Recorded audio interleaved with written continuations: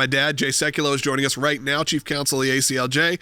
And Dad, it feels like a big throwback to some of the old cases that we used to have. You think it'd be settled law by now, but Will, why don't you give us a recap of what this is, and then obviously we're going to get his feedback. That's right. So this is a 9th grade student in New York at Carmel High School who wanted to have a Christian club, which is something that we will learn has been settled law for about 35 years, thanks to the ACLJ. But they kept pushing back. She finally was able to form this club, and she put up handwritten posters that talked about the Good News Club. It had Bible verse citations on it, not even the text of it. Said it was open to all and said that people could join this Good News Club. The posters were torn down by the school because it had Bible verses on them. They forced her to change the name from Good News Club to something else. And then once she was having in this club a video series about spiritual warfare, about dealing with cultural issues and things of that nature, the school then stepped in and blocked that and said, we have to review any religious material to approve yes or no whether or not you can use this. There's a little case called Mergens that, Jay, you argued. Doesn't this seem to conflict with the outcome of that case? Yeah, and that decision is, as you said, almost 35 years old. It was 8-1 in our favor. There was one dissent. It was Justice Stevens. And the Supreme Court unanimous, or 8-1, said that these Bible clubs have the right to meet on the same terms and conditions as any other club. And let me tell you what a school cannot do.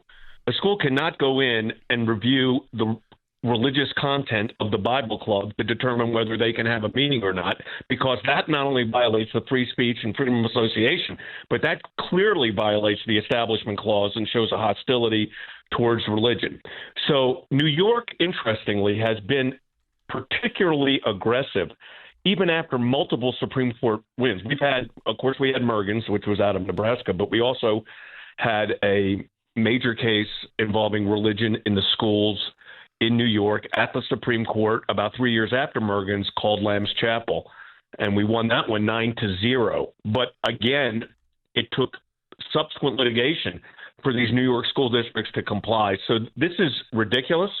This is settled law, and we're going to do whatever's necessary to rectify the situation for these students. But the school cannot be in the business of reviewing and approving content of a religious club. I mean, think about the Establishment Clause says there should be no entanglement with religion.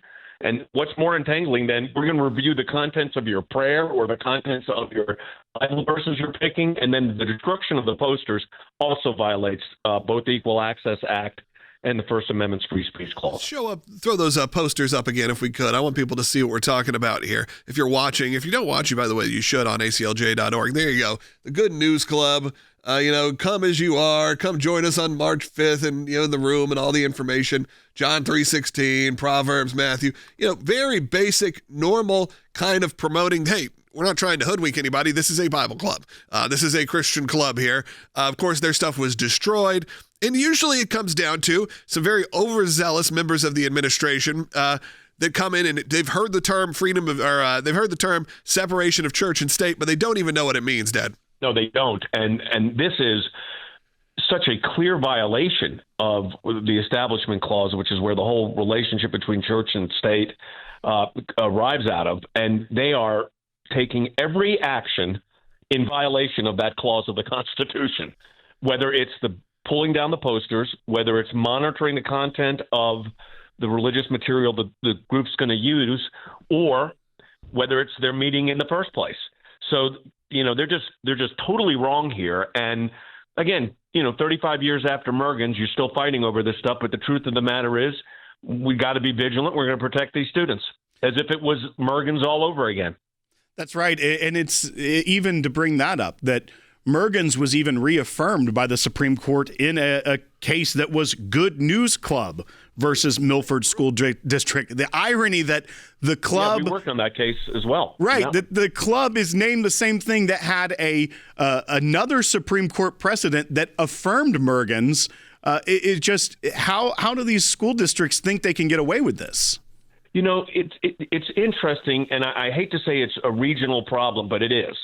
And New York has been particularly hostile to these students who've had great impacts on their on their high school campuses, and they're just wrong. I mean, the school system is wrong, the administration is wrong, and we need to get these students justice, certainly before the school year begins again. We will have this rectified, no question about it. It is so interesting that the ACLJ has to continually revisit. And this isn't just a once a year type situation. It feels like, though we have been at this, and you may not hear about it as much because we want to talk about what's going on at sort of the global stage. You hear about the very big work the ACLJ doing. Jordan is right now in Europe and dealing with the ECLJ.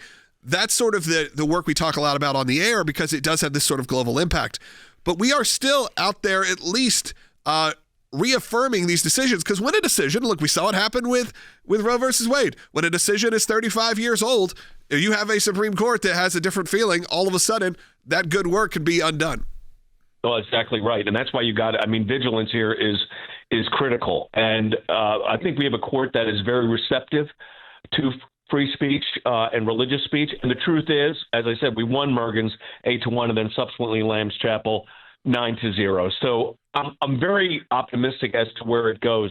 But this is where our ACLJ champions and ACLJ members are making a huge impact, whether it is at the Supreme Court of the United States, the International Criminal Court in The Hague, or at the local school board in New York.